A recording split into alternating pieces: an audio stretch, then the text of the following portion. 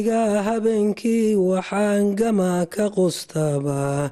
garangaraada shaga ah waxaan kala gorfayaaba waxaan gaaltan iyo baqaan garabka sartaba. wadahadal badan kadib markii ninkii lala yeeshay waxa uu garowsaday in arintuu ku dhawaaqay ay ahayd wax qaldan. dhibkaasoo dhanna waxaan tabaynaa ama aan ognahay in ay ka timid isla shaqayn la-aan iyo ishayso la-aan soomaalida xaggeeda ah, khaasatan weliba waxaan ku eedaynaynaa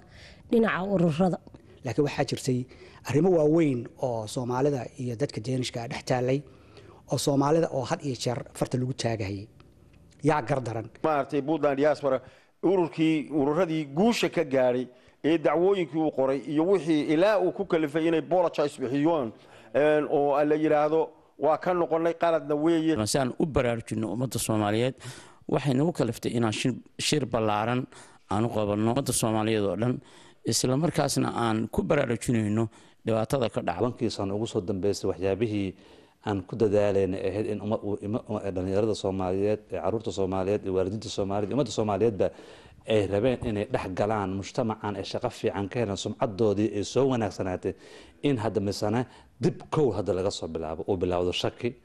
oo aflagaada bilaawdo ay bilaawdo oo micnaha arinta in laga dhigo arin Soomaalida oo dhan in dambi wada gashay. marka awalan waxaan leeyahay dadka jamacada walaalaha meesha shirka noo soo qalqaaliyay ee aqoonta soo qalqaashay aad ayay u mahadsan yihiin jazakallahu khayr jazaa. waxaan leenahay arrimaha soo qabteen iyo arrimaha soo qalqaaliyay waa arrin aad u wanaagsan weeyo dadku inuu is arko wada hadlo ayaa wax badan u faa'iido kara. Soomaalidu ay ka wada midaysantahay meel ay joogto ubadkooda ilmahooda reerahooda dadkooda dhan ay wada quseysay marka arrinta muhiimka ayaan maanta isugu nimid. qalad baan ku leenahay sababtu waxa weeye waxa laga yaabaa hooyadii iyo aabihii in hooyadii ilmihii meesha kiisa kaliya oo hadhow toole la helay 5 ciyaar 6 ciyaar qof kaliya kuma filna ciyaarta ugu badan ciyaaraan energy badan baa ilmaha ku jira sidayna ma daalana dad daalan ma aha marka haddii hooyadii ay ku filaan weydo ama aabihii ku filaan waayo isla labadii iskarabsanayn maalintaas yacni marka halkaas kale la tegayo waa inay labada waalidka gacmaha isku xirtaan iyagoo kaashanaya kuwa xataa waaweyn. gurteediyo duqaydii marbay talaada noo goyne yigeeni oo degay marbaa geelu soo hoyaane marbay godofka caanaha ka dhamin gabaanadeeniye. horta maalintaas goobjoog ma aanan ahayn laakiin sida aniga aan ka akhrin karo ama dad Soomaaliyeed aan ka waraystay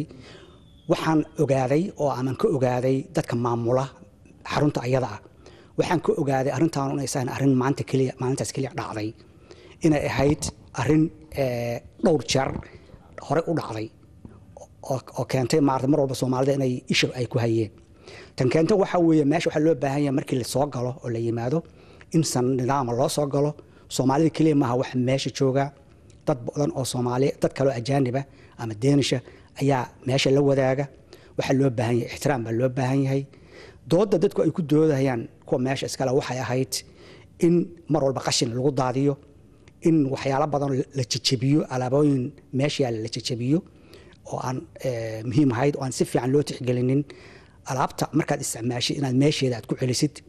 inaad si nidaam aad u isticmaashid horta midda keentay oo kicisay nimankan iskale xaruntu taas ayay ahayd taas waxaa sii raacay in dagaal dhacay dagaalna horta sideedaba Denmark baan joognaa mid loo baahan yahay maahan haddii mushakil rabo in la xalliyo waxa muhiim ah in lagu xalliyo si nabada iyo wada hadal in lagu xalliyo annagoo rabna inaan ururada wadankan aan guubaabino inay is haystaan waxyaabahaas oo kale aysan dhicinin la iskaga yimaado urur midaysan la helo iyo Soomaali midaysan dadka waalidiintu ay ka warhayaan oo arrinta dhacday sidii ay u damin lahaayeen waxa uga qaban lahaayeen xalkeedana in muxuu ahaa iyagoo in muxuu ahaa xiriir la sameynaya dadka mas'uuliyiinta ka ah meeshaas. waalidiintana waxaan kula dardaarmayaa waa in waalidiintu ay u taagnaadaan yacni caruurta rabaayadeeda caruurta haddii meel la geeyo xayaakalla iska socoosaa doonta yeel maaha caruurta waxbaa la tusaa caruurta waxbaa loo waxiyaa marka wax loo sheegayo xataa waad arkaysaa ama tareen ha saaraado ama dayuurad ha saaraado ama baabuur ha saaraado ama meel kula joogo ilmaha dheerishka marka loo sheegayo isha kaliya lagala hadlaa waxbuu maqlaa aayar baa lala hadlay labada qof la fadhiya maqli maayo wax loogu soo maaha inaan qayloonana war fadhiiso war kan yeel war sidan